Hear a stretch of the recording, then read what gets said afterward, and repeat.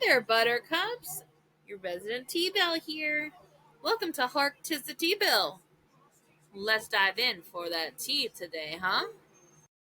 There are some love stories that arrive like fireworks, loud, dazzling, impossible to ignore. And then there are others, the ones that build in glances, in letters, in conversations no one else thinks to listen to. The ones that do not demand attention, yet somehow become unforgettable. In a world where society rewards spectacle, what happens when love chooses patience instead? When devotion whispers rather than shouts? When recognition comes years after the heart first knew? Today, we step into ballrooms and drawing rooms alike, not to chase scandal, but to examine something far more dangerous: constants. Some romances burn bright, some hum quietly, some return when least expect them. And if one listens closely enough, one may discover that love, in all its forms, has been steeping for longer than anyone realized. After all, not every great story announces itself. Some simply wait to be seen.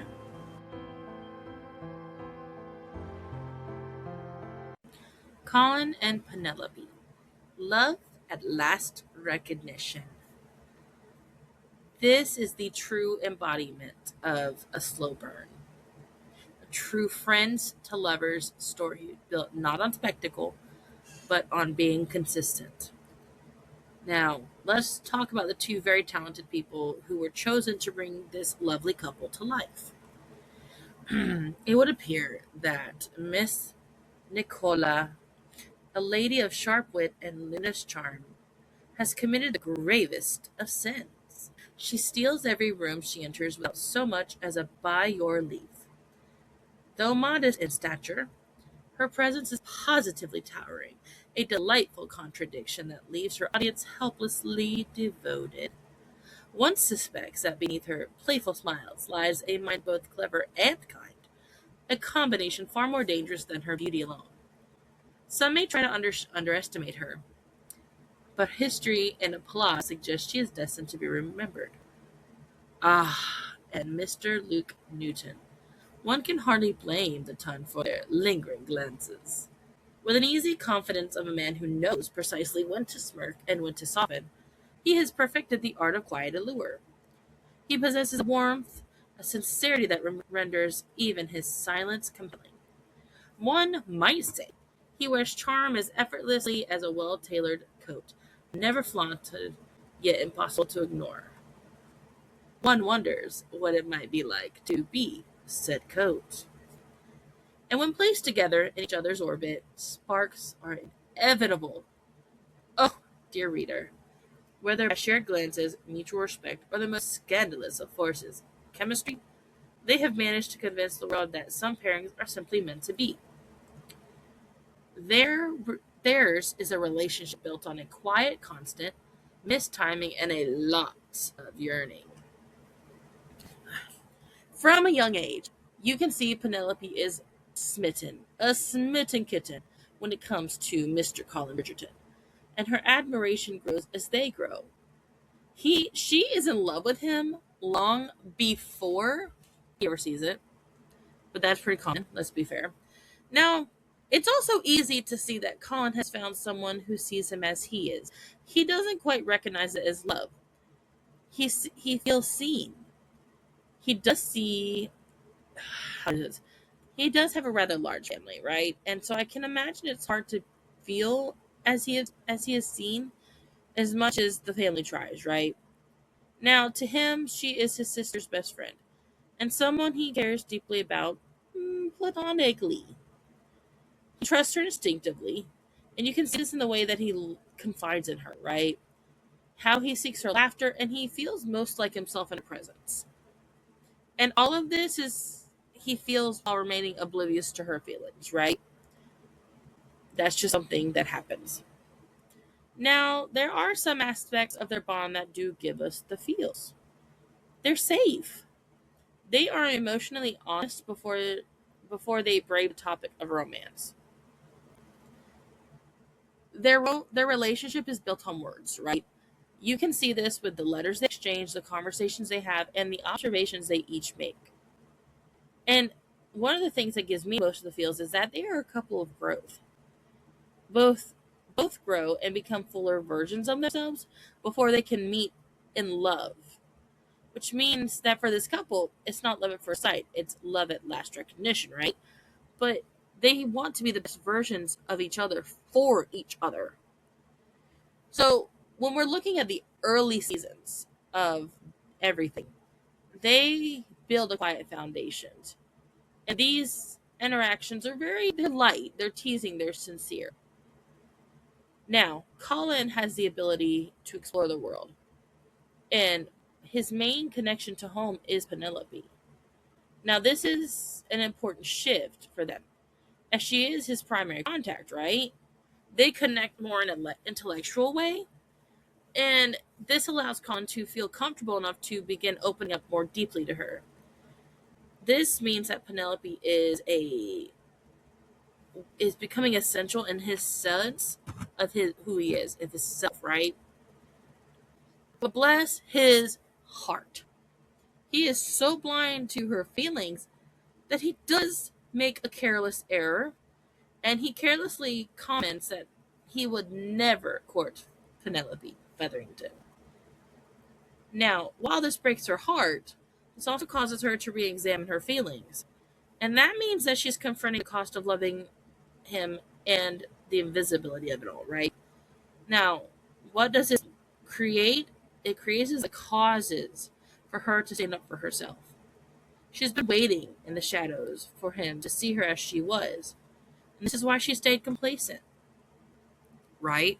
Makes sense. Now, she takes this as a sign to step out of the shadows, and that means she has to assert her independence and confidence. Now, Colin comes home, and he's, well, for lack of a better term, he's startled, right? And he doesn't quite understand why he's startled. He's always had a love for her, but he is finally seeing her.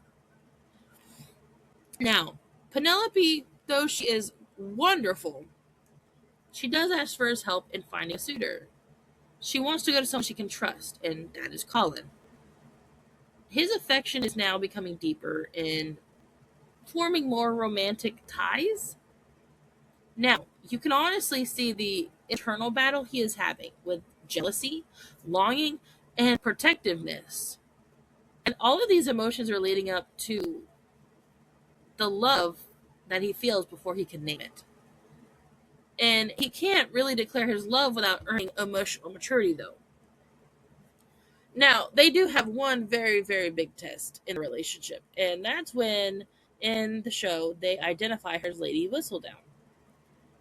Question is, can he love every part of her, even knowing what has been said in the past? Even though we know that anything she's done towards the Bridgertons, even though it seemed malicious, was really not. It was to save them, right? But in the end, he loves every part of her because they built their relationship on mutual respect, not putting one another on a pedestal. If we had to summarize their relationship, they are a love story about being known before being chosen and choosing each other anyway once the truth is revealed.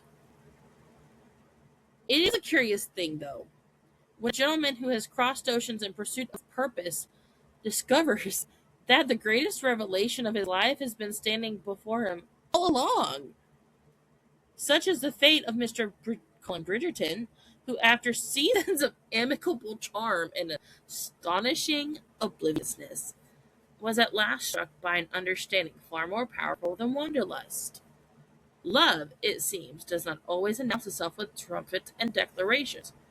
Sometimes it waits patiently, armed with letters, loyalty, and a heart far braver than the world ever deserved. Miss Penelope Featherington, long overlooked by society and grievously underestimated by one particular Bridgerton, Listen as the truth finally spilled forth, not with demands, not with exceptions, but with the quiet dignity of a woman who already loved and survived it. Mr. Bridgerton, voice uncharacteristically unsteady, confessed that he had mistaken her constant presence for comfort, familiarity for insignificance, a most perilous error. He spoke of moments once dismissed as ordinary, laughter shared without effort, correspondence penned across miles, and absences that felt altogether too sharp. In doing so, he revealed what many of us had suspected all along, that love had not arrived suddenly and had been growing unnoticed for years. And then, at long last, he said the words society had waited far too long to hear. He loved her, not with spectacle nor bravado, but with the humanity and the humility of a man newly awakened to the magnitude of his own foolishness. He did not beg for forgiveness, nor did he appeal to her patience. Instead, he offered something far more rare: recognition. He saw her not as a girl in the background of ballrooms, but as the woman of wit, depth, and quiet brilliance. One cannot observe that a love finally spoken aloud carries a power all its own. There's no triumph greater than being truly seen and chosen at last. Now, the great thing about Colin is that yes, he had to get jealous. Yes, he had to grow. But when he realized what he had essentially lost or thought he lost, he wasn't losing it again. So let's paint a picture. Lord Debling has essentially rejected Penelope, not because Penelope has done for Penelope herself, but because he's recognizing that her and Colin Bridgerton are in love, and he needs something more practical. No shame, that's just what he needs. And so he has chased his carriage, and he expresses how he feels, right? But once he expresses in words, he how to start. This all leads to very passionate, mutual, physical manifestation of their shared love. Okay, but what that tells us is that he doesn't question it. He admits he loves her. They physically admit they love each other, and then he says, "Come on, Penelope, like, will you marry me? We're gonna go tell my family." And then boom, that's how it is. Once it hit fast. That's the great thing about some love stories, some stories in general. They don't, it's just that slow burn is just right. Sometimes we think that we're not on the right path, but everybody has different paths, which means that you are going to be where you need to be doing what you need to do when you need to be doing it. And if you think that sometimes you've made a mistake, well, maybe that was just on your path. And maybe, just maybe, it's already been accounted for.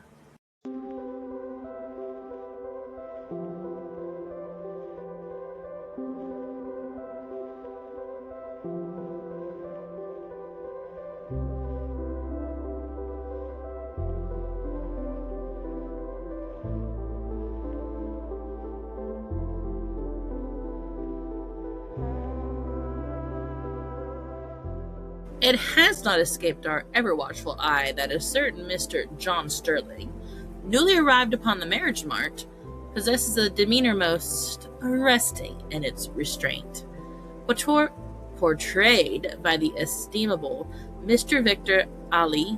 This gentleman does not command attention without bravado, nor seek it with bluster. No, he lingers quietly at the edge of the ballroom, observing, listening, and in doing so proving far more dangerous than those who announce themselves too loudly. Mr. Sterling is a study in composure, thoughtful eyes, measured words, and a presence that suggests depth rather than display. One suspects he is a man who feels keenly but reveals sparingly, a trait that, dear reader, often proves irresistible to those weary of excessive spectacle. While others dazzle with declarations, he charms with stillness, and in a society addicted to performance, such sincerity is nothing short of radical.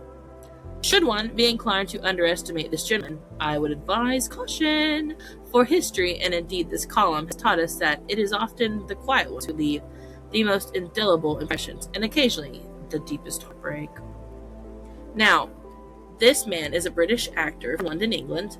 He was born June 4th, 1995. He is in his early 30s and trained at prestigious art schools. First at the Brit School and then the Royal Academy of Dramatic Art, RADA. Graduating in 2019, he's of Nigerian descent and is married. Some highlights, okay? His career spans stage, film, and TV even before Bridgerton. He appeared in Kenneth Branagh's films like Belfast in 2021 and Death on the Nile in 2022. TV roles include work on Ander, Gangs of London, The Man Who Fell to Earth, and Last Light.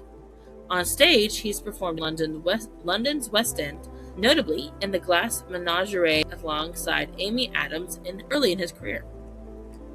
Now, as John Sterling, or Lord Kilmartin, in Bridgerton. Starting season 3 and continuing season 4, he portrays Lord John Sterling. He is a thoughtful, reserved, gently charming nobleman whose romance with Francesca Bridgerton unfolds in a quieter, more introspective storyline than many of those grander love arcs. His character is introduced as a calm, self-aware, and quietly romantic kind. The kind of leading man whose appeal lies in his depth and sincerity rather than loud swagger.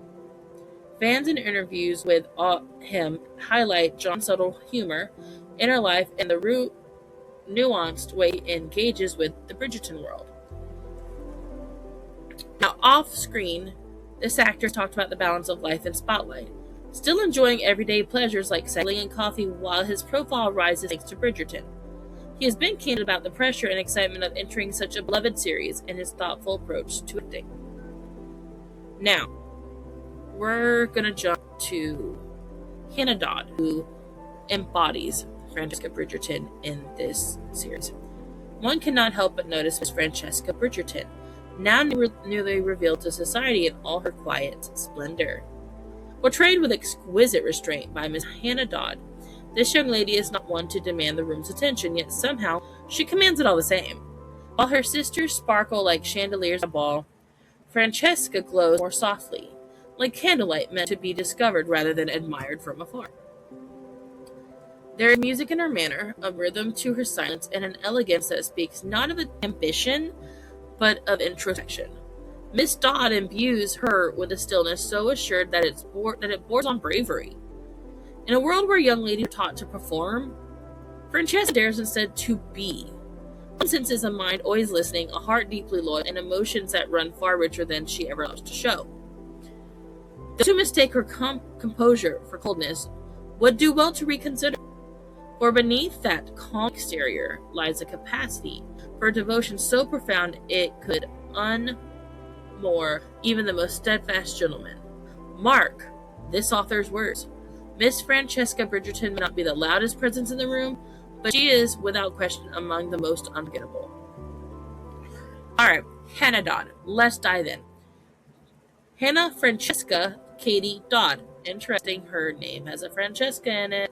Maybe it was meant to be. Born May 17th, 1995 in Colchester, England. She is an actress, a model, and a trained dancer. She trained in dance from a young age, very young age, and later studied performing arts at the London Studio Centre. Before Bridgerton, she worked as a model, including campaigns such as Burberry, and appeared in a variety of film and TV roles. Let's look at some of her notable work, okay?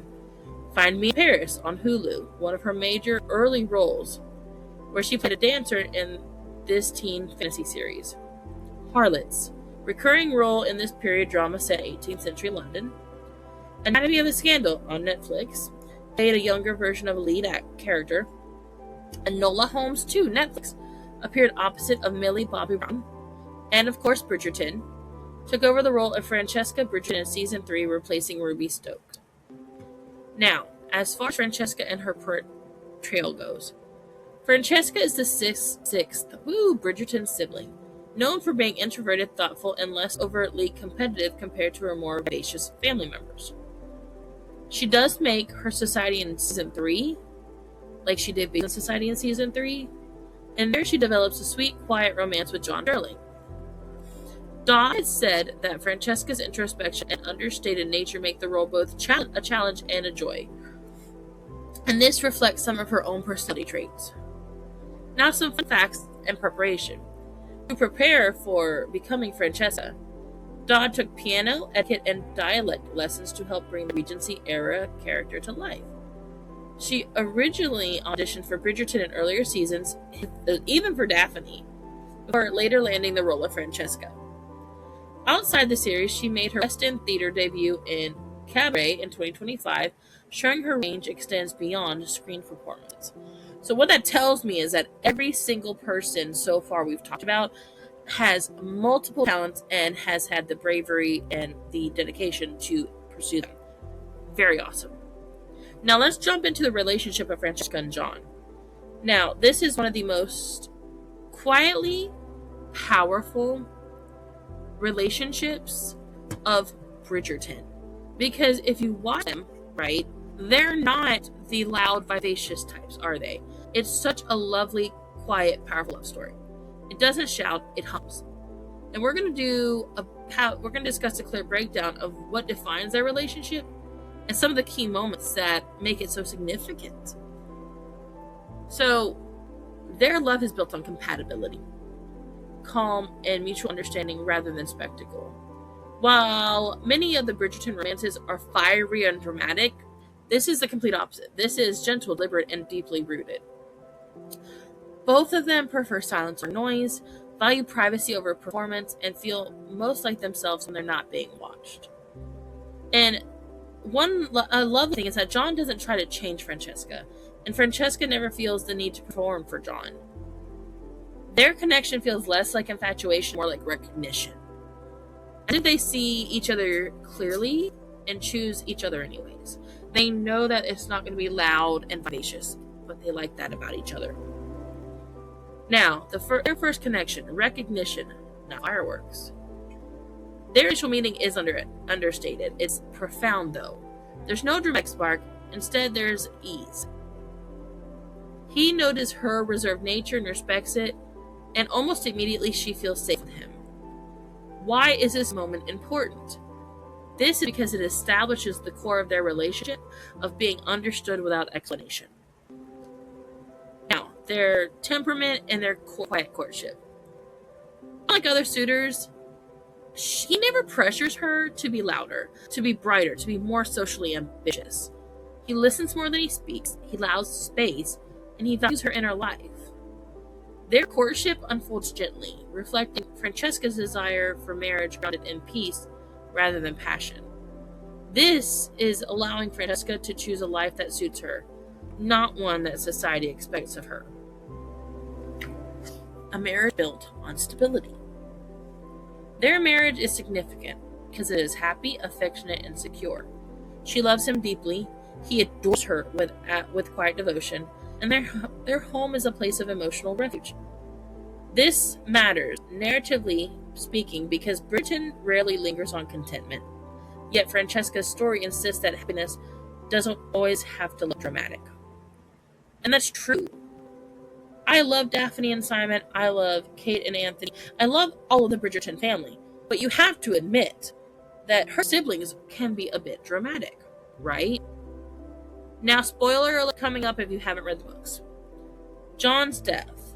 The love that shapes Francesca forever. John does die young, and his death is one of the most emotionally important moments in Francesca's arc. Why? It's sudden, it's devastating. She is left with grief rooted in genuine love, not regret. She never doubts that she was happy with him. This loss defines Francesca in a way which is quiet but profound. John is not practiced love. He is real, and his absence leaves a lasting impact, a lasting imprint. It's there for her. Now, something interesting to me is that this seems very reminiscent of Mama V, right? Where she lost her love young too. But the difference is that Francesca doesn't wait so long to reattach herself and allow herself into love. Why does their relationship matter in the larger story? Because John is essential. He shows Francesca is capable of deep love. He proves that quiet love is still epic.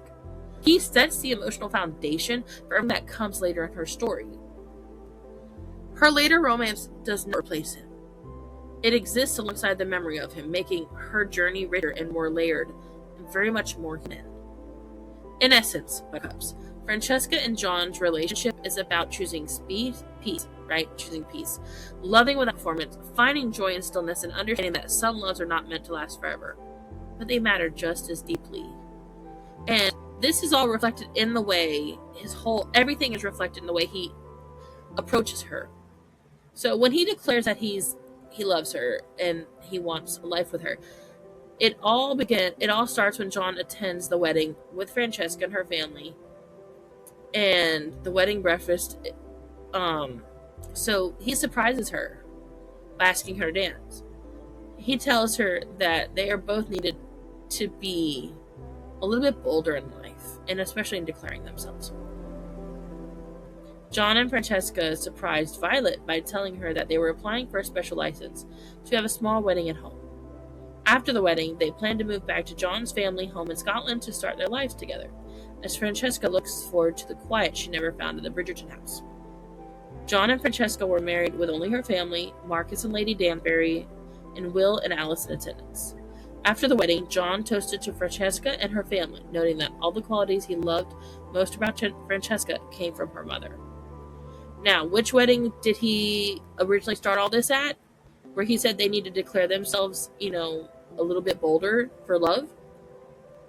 Colin and Penelope. So, truthfully, y'all, this tells me that you don't have to have the grand gestures to have a lasting love connection. And that's great, because there are some people in life who are loud and proud and vivacious, and they will tell the whole world how much they love something. But that doesn't mean that the love that you find that is quiet and steady and allows you to be who you are safely and feel at home is bad. Because guess what? They are both fantastic. And it's those who need it will get it.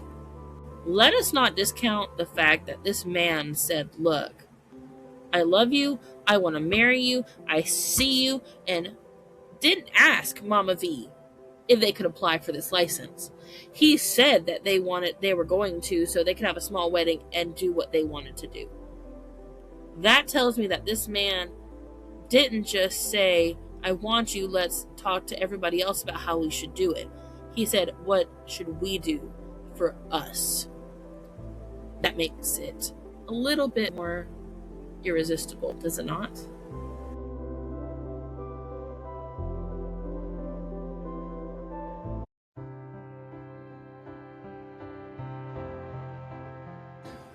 We have to dive into Mama V and her gardeners. But before we discuss the gardeners, we need to discuss Mama V and the wonderful lady who brings her to life. Now, I am possibly going to mispronounce this name, and I truly apologize. And if this wonderful actress does hear this and wants to talk to me and tell me personally how to say it, I would welcome that. Listen. So moving on. Ruth Jamel, a lady most accomplished in the art of commanding a room without ever raising her voice. It is a truth universally acknowledged and keenly observed that while some ladies dazzle with diamonds, others require nothing more than a measured gaze and a perfectly arched brow. Such is the quiet sovereignty of this lady, a woman whose presence suggests both impeccable breeding and unspoken capacity to rule a household, ballroom, or wayward viscounts with elegant precision. There is in her countenance the sort of composure that has weathered storms and emerged not undone, but refined. One detects warmth beneath the steel, a maternal devotion wrapped in discipline, affection laced with expectation. Indeed, she embodies that rarest of qualities: authority without cruelty, strength without spectacle. If society is a stage, and when is it not, then this lady does not clamor applause. She commands it, not through flamboyant, but through restraint. For it is restraint that makes power truly formidable. This lady is one of those quietly formidable presences who makes Bridgerton feel grounded, well-lived in, and emotionally real. But this British actress, who was born on January 2nd, 1967 in Bristol, England, is the embodiment of Violet Bridgerton. She trained at the Webber Douglas Academy of Dramatic Art, a classical foundation that shows in the control and nuance she brings to every role. Her career spans decades across film, television, and theater, and she's long been respected for her subtle, intimate performances. Some of these career highlights beyond Bridgerton, super impressed. She played in EastEnders, where she played Joy Harrison in the early 90s. Home Fires, a World War II drama in which she played Frances Bardon, showcasing her and quiet resilience. Utopia, Penny Dreadful, Silent Witness, and Doctor Who, proving her range across genres. Film, Fever Pitch in 97, opposite the most handsome, delightful, I hope, Colin Firth, which gave her early mainstream recognition. Y'all, we talked about Colin Firth last episode, or at least Mr. Darcy, and he played Mr. Darcy. Oh, that man is gorgeous. Anyways, she, our Ruth, has an knack for portraying women who are emotionally literate, morally complex, and internally strong, even when the script doesn't shout it. The incomparable matriarch of the most talked about family, Violet Bridgerton. On Bridgerton, Ruth plays Violet, the widowed matriarch of the family and the emotional spine. Okay? It is with the greatest admiration and, dare one confess, a measure of envy that we discuss the Dowager Viscountess Bridgerton, a lady who has mastered the art of ruling brood with velvet gloves and an iron will most artfully concealed within them. Her Violet is deeply romantic, yet shaped by loss, devoted to her children's happiness, a little too much sometimes, I think, and warm, observant, and emotionally intuitive. Our Mama V possesses that rare alchemy of warmth and watchfulness. Her smile is disarming, her laugh musical, and yet beneath such gentility lies a strategist of the highest order. For who else could shepherd 8 remarkably spirited offspring through society's trials with such poise, and still find time to orchestrate advantageous encounters in drawing rooms like Mayfair? Ruth portrays Mama V not as a caricature of a matchmaking mother, but as a woman who has loved deeply, lost profoundly, and still firmly believes and fiercely believes in love. She believes most unfashionably and quite stubbornly in love, not mere alliance, not convenience, not fortune, but love. A dangerous creed, to be sure, and yet, once one cannot deny that her faith in romance has yielded results that have set London ablaze. And let's look at some of those results. Daphne becoming the Duchess of Hastings with our very handsome Simon, right? Anthony looking into himself as someone who matches him and loves him for him and not just for duty. I mean, Colin finding his other half in Penelope, who's intellectually and emotionally allowed him to mature safely. It's amazing everything she's done. And even Francesca, who is quiet and profound, she has children of all types, and she's done remarkably well. Now, while others may scheme for influence, our dear Lady Bridgerton requires no scheme at all. Her power lies in her consistency, her devotion, and her unwavering conviction that her children should have both happiness and standing, preferably in that order. The undercurrent of grief, especially surrounding her love, Edmund Bridgerton, is one of the show's most quietly devastating elements. And much of the power that comes from Ruth's restraint, right? After Edmund's death really affects Violet, okay? Now, what is so great about Ruth that this performance is so special? Okay, well, we'll tell you. She beautifully underplays that certain things. She underplays a look instead of a speech. She underplays a pause instead of a declaration. She underplays a soft that high steel. She makes Violet's belief in love feel earned, not naive, born from experience rather than fantasy. In a show full of spectacle, Ruth anchors the emotional reality that we all love. In a society that prizes appearances above everything else, nothing is more formidable than a woman who truly knows her own heart, right? And that is why Violet Bridgerton and this woman, Ruth, who brings her to life, are so formidable. When you look at the ton, they're merely here to get the money, so they're trying to be all big and bad. Violet really wants her kids to be happy. Of course, respectably happy, but you know what I mean. Like, she is going to want them to really, truly choose well. Now, there are two gardeners we're going to discuss. We have Edmund Bridgerton, of course. But then we have something that showrunners came up with, and this man is a fox, okay? Just being honest. Lord Marcus Anderson. So, let's get on.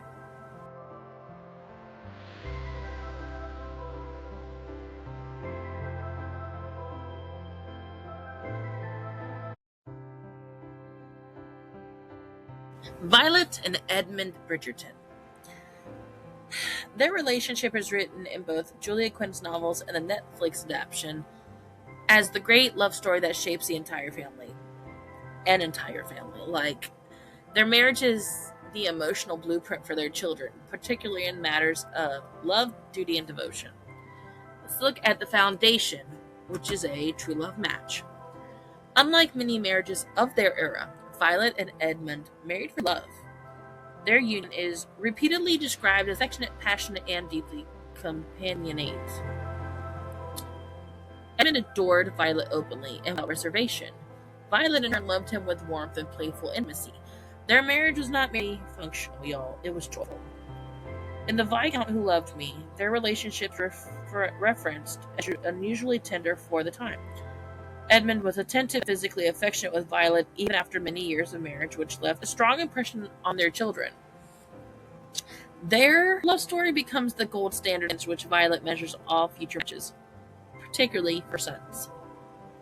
Now, there is a defining tragedy in this whole thing. This is death. The pivotal event in their story is Edmund's sudden death from a bee sting. And this occurs when Violet is pregnant with her 8th child, Hyacinth. Some of the key points of this moment, alright. Edmund dies unexpectedly in Anthony's presence. And Anthony, who is just 18, witnesses his father's death and immediately inherits the whole thing. The whole family business. Well, Violet collapses emotionally in her grief, where she temporarily withdraws from her maternal role. And this forces Anthony to step into responsibility far earlier than expected. Which, this affects everybody in the family, okay? Death always does, but it profoundly shapes the entire Bridgerton family dynamic, right? Why? Anthony develops a fear of dying young, believing he will not outlive his father. Now, also, you'll notice that Anthony develops a fear, too, of finding he doesn't want that love match, because if something happens, like in their situation, he wouldn't want that for himself or for somebody else, like the group.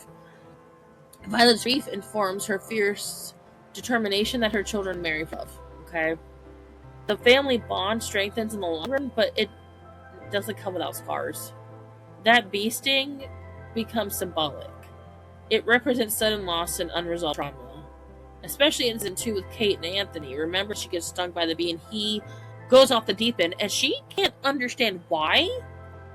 But now we really truly understand why he goes off the deep end. So the emotional dynamic of Violet and Edmund. They're playful, they tease each other gently, they're passionate, their marriage remains romantic even after 8 kids. 8! They're respectful, he values her intelligence and judgment. They're equal partners in a time that I'm sure that was very uncommon, and he trusted her and she advised him. Now, there are flashbacks of Edmund in the series, the show, and that's you see Edmund reassuring Violet during childbirth. And he's very hands-on and affectionate with his children. Now, you also see sharing private, loving moments with her that show physical chemistry and emotional depth. This relationship is presented as both emotionally secure and physically affectionate. Very, very rare in the aristocratic portrayals of that era. Okay. Now, death, Edmund still shapes Violet, okay? He still continues to influence her. She advocates for love matches. She is insisting that her children marry for love because she experienced it herself. She doesn't think they need to settle cold practicality. And what's ironic to me is that look at Colin and Penelope. Penelope could have had a very practical marriage, but she was too far in the depths of love with Colin, and it's so funny to me that she basically was like a child to Violet, but she wasn't. Her grief and her strength, she breaks under that initial weight of loss of Edmund, right? But eventually, she does resume her role as a matriarch, as the matriarch, this family race, which tells you that you can fall, but it's not how many times you fall, it's how many times you get back, and she got back up. Her private loneliness. The show has especially hinted at her long-term loneliness and the difficulty of loving so deeply. And her relationship with Anthony. Unfortunately, his death creates a tension between Anthony and Violet. She sees her husband in him, while Anthony is carrying the trauma of witnessing this loss, right? Which is terrifying. For him, I have to assume that Anthony is struggling, but he's like at that time, he could struggle outwardly, couldn't he? Why did their relationship matter? Because they represent the emotional ideal of the Bridgerton world. The original origin of the family's closest, and it's the source of both the family's greatest joy and deepest wound. Their love story is beef and page, time, and screen time, but it's so monumental in its impact. A single great love, though cut tragically short, may echo louder than a lifetime of lesser unions. So yes, it was shorter than they chose and hoped, but it was so great that it will never stop.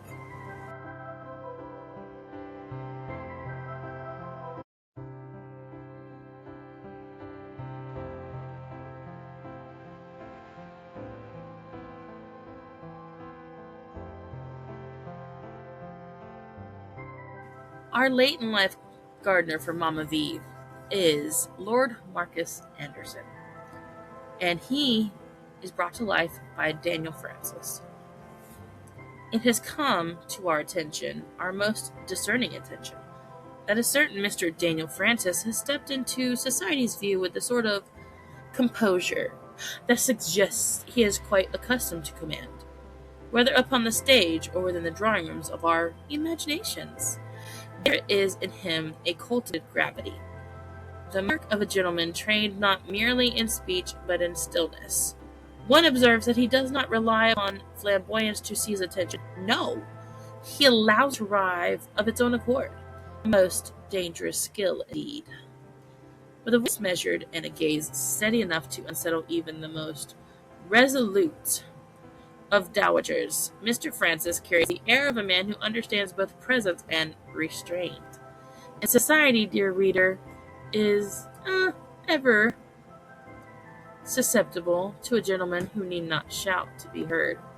Indeed, he is simply irresistible.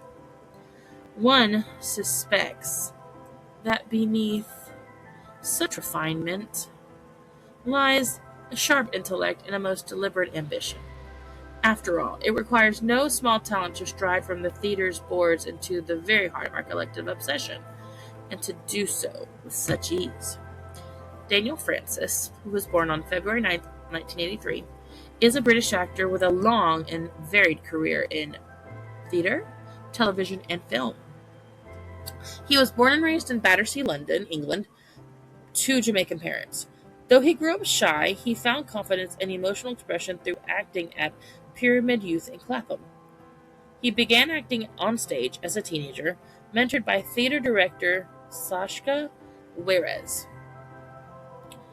Trained at the prestigious London Academy of Music and dramatic art LAMDA, which is one of the UK's leading drama schools.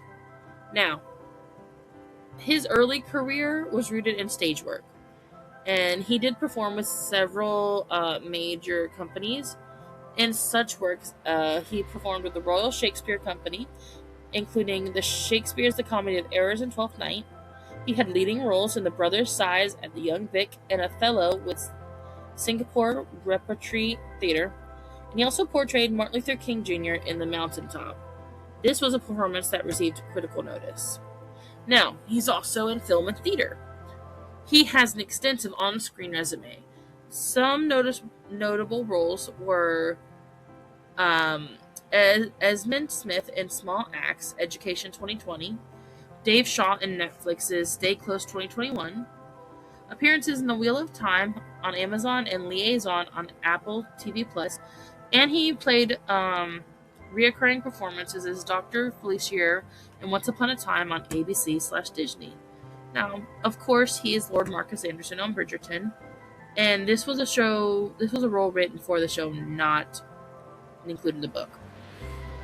Now, beyond acting, he has had other interests, entrepreneurial interests.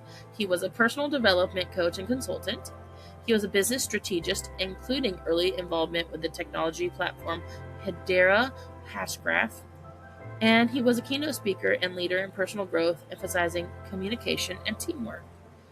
It shows in his life that his varied career reflects both his artistic talent and that lovely entrepreneurial drive that we love.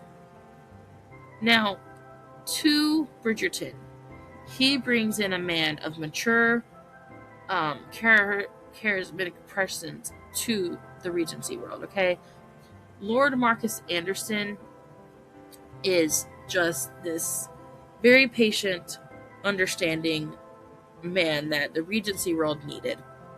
He has spoken about the importance of representing diverse, later-in-life love stories on screen, especially the storyline between his character and Lady Violet Bridgerton. Now, summary. Daniel Francis is a classically trained and theater experienced actor. He is a multifaceted actor with television, film, and stage credits included to his theater experience, an entrepreneur and coach with interests beyond the arts, and he's really gaining broader international recognition as Lord Marcus on Bridgerton. However, the question is, who is Lord Marcus Anderson, right? What a study in subtle temptation. Unlike younger gentlemen of the ton, who parade in their ardor as though it were a military commission, our Lord Marcus conducts himself with a patience that borders on perilous. He does not pursue, he waits. He does not overwhelm, he observes. There's something most compelling about a gentleman who has known loss and yet dares to hope again. His attentions are not careless flirtations, but perfectly, carefully placed offerings. A softened glance, a lowered voice, a question asked not for sport, but for understanding. And should one dowager viscountess find herself unsettled by such attentiveness, who could possibly blame her? For Lord Marcus possesses the rare quality of making a lady feel seen, not as an ornament of society, but as a woman.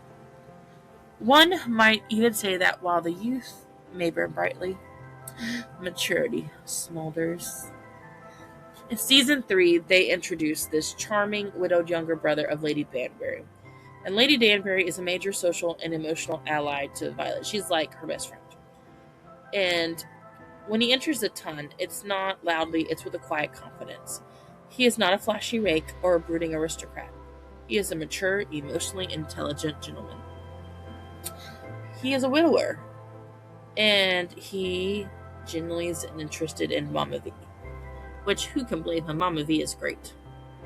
Now, Marcus is defined by not by scandal, and more by steadiness. He is warm and attentive, which means he listens carefully and speaks thoughtfully.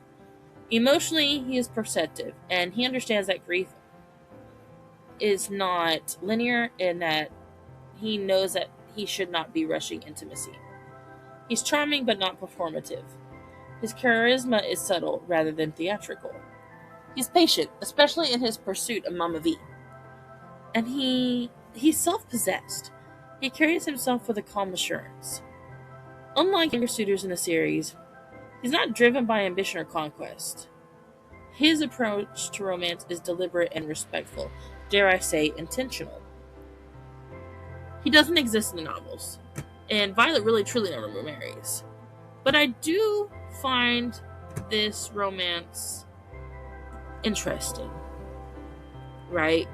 Now, let's look at the dynamic of Lady Danbury, because Lady Danbury is her best friend, right? So initially, it's complicated with his sister. Their history includes estrangement, and his re-entry into her social sphere is going to obviously stir tension because they need to get over it, right?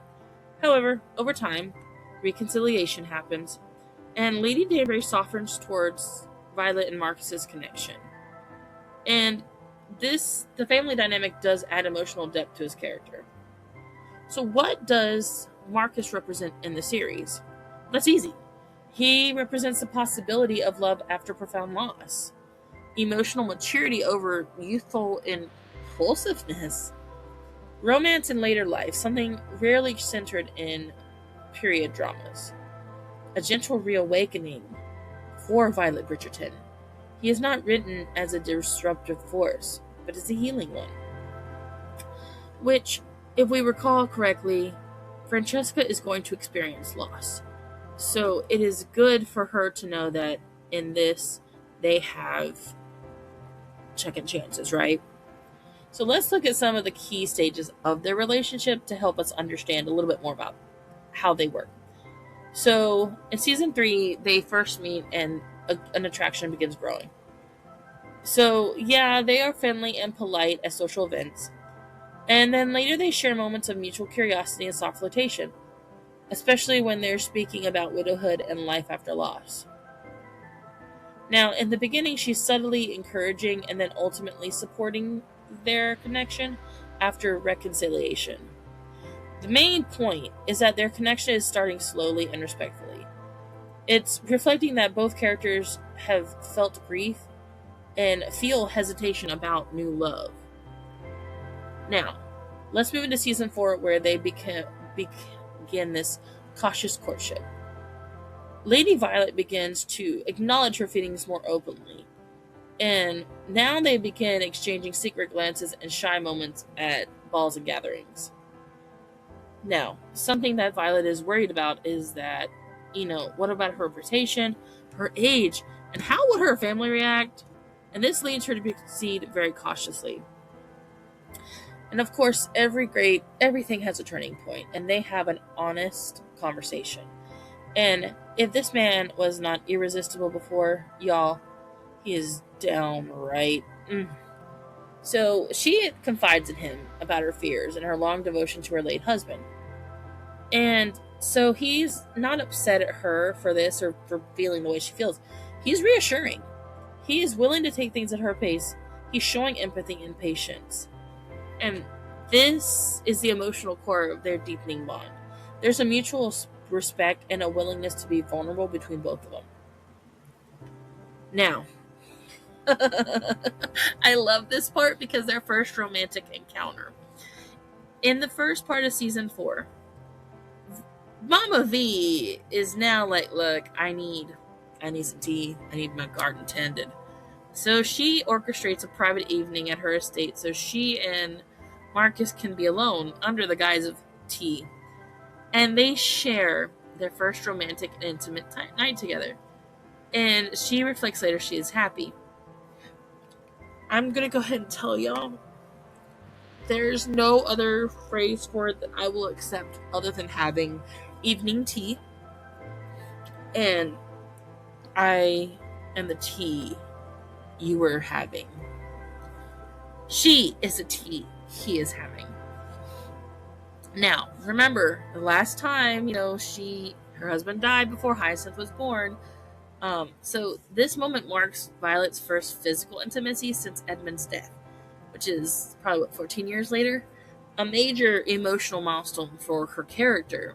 She's not looking at her kids. She's not looking at anybody else. She saw what she wanted, and, she invited him over for evening tea. Now, what does this mean for them, right? Well, for Violet, it's a second chance at love. Slow, deliberate, grounded in emotional honesty. For him, he's offering companionship and respect. His affection isn't rushed and it's not superficial.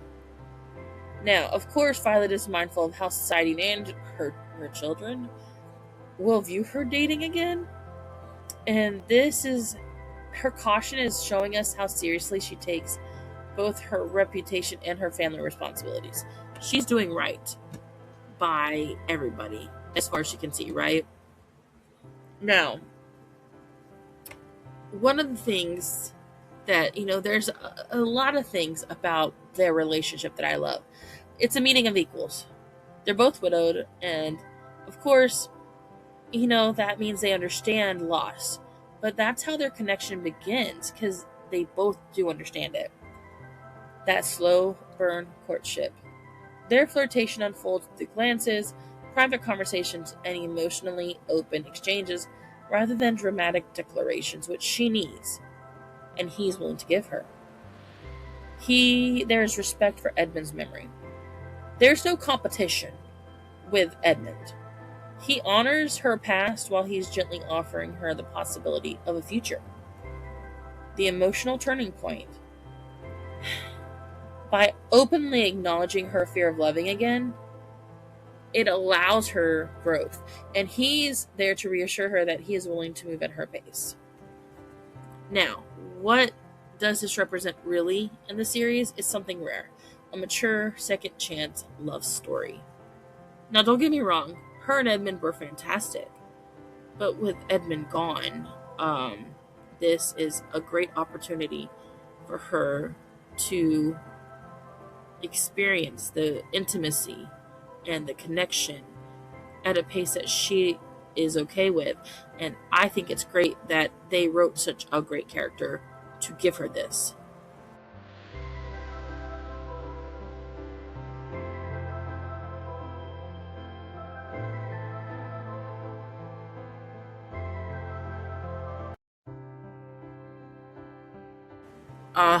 To compare Edmund Bridgerton and Lord Marcus Anderson is to compare a first grade symphony with a second quarter movement, each powerful, though in entirely different ways.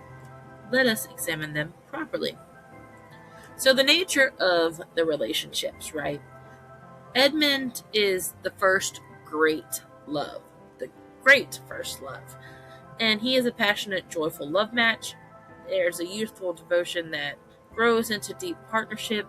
There's affection, playfulness, openly romantic gestures. He is the emotional cornerstone of Violet's life.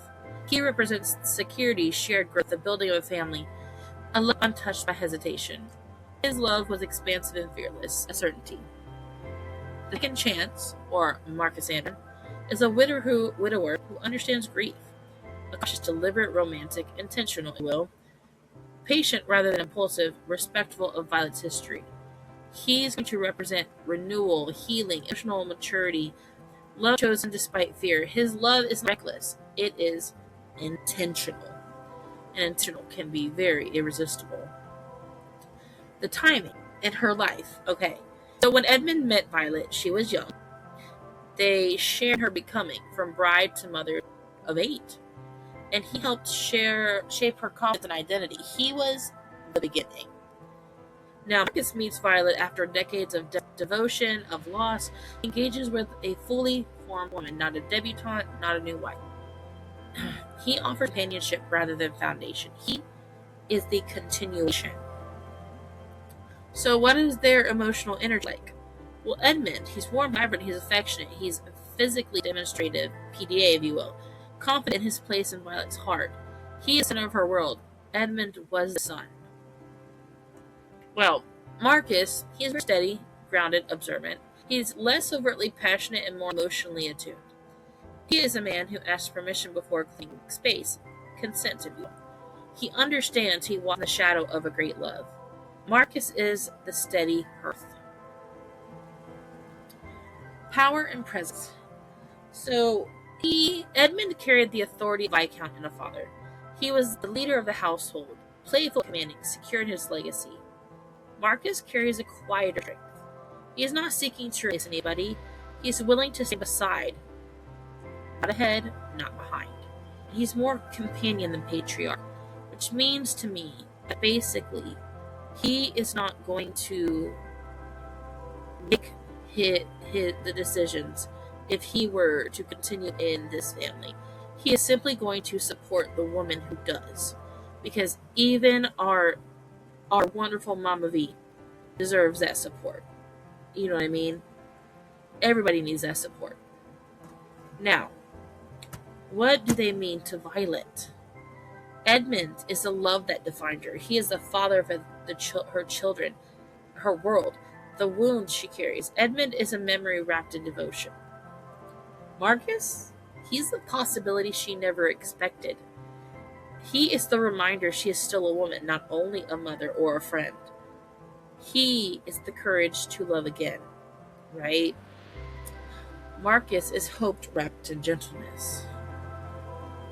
Now, if Lady Whistledown were to summarize these men, okay, here's what she might say. The late Viscount Bridgerton was the sort of love that arrives once and alters the course of a life.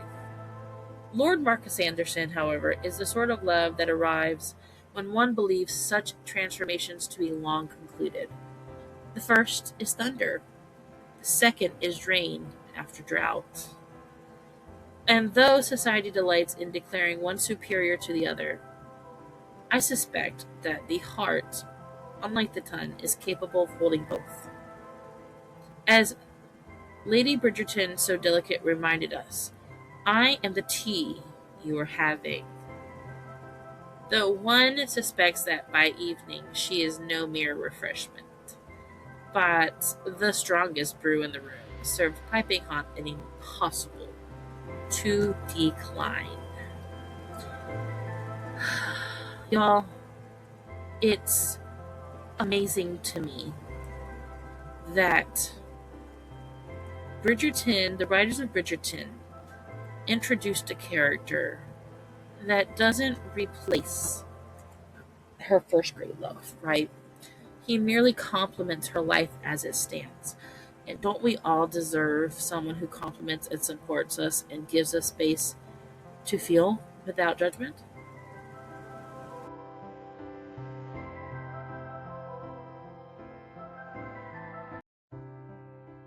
At its core, this collection of romances explores one central truth. Love is not singular. It arrives differently, grows differently, and reshapes those who dare to accept it. And so, buttercups, we arrive at the most delicious truth of all. Love, in this most talkative of families, does not follow a single pattern. It does not always blaze, nor does it always whisper. Sometimes it waits years to be named. Sometimes it lasts a lifetime. Sometimes it dares to begin again when the world believes it should not. Colin and Penelope teach us that love may grow unnoticed in the soil of friendship until one day it demands recognition. Francesca and John remind us that the quiet devotion they find can be just as profound as passion shouted across a ballroom. Edmund proves that a great love can shape generations. Marcus proves that the heart, astonishingly, can open twice.